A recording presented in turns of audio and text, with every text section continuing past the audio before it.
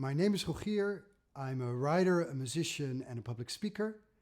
And most of all, I'm a storyteller. To me, everything is a story and everyone has a story to tell. It doesn't matter if you're an artist, an athlete, a writer, a filmmaker, or a designer, a startup, a big corporate, or a brand. There's always a narrative to share.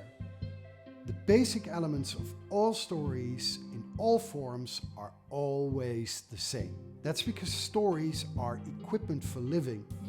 They are concepts we live by, shared experiences that teach us something about how to overcome challenges in life.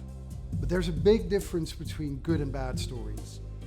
Bad stories are tales about a perfect world, a perfect ideal, a perfect product. There's no such thing as perfect. Our minds are literally hardwired to recognize obstacles. The tougher the road, the more interesting the story. Great stories have movement, changes, choices. The journey is more important than the goal. And they use empathy to make an emotional connection. Feelings are what people remember. And those three major principles, the challenge, the journey, and the emotion, are in every successful story that mankind has ever made.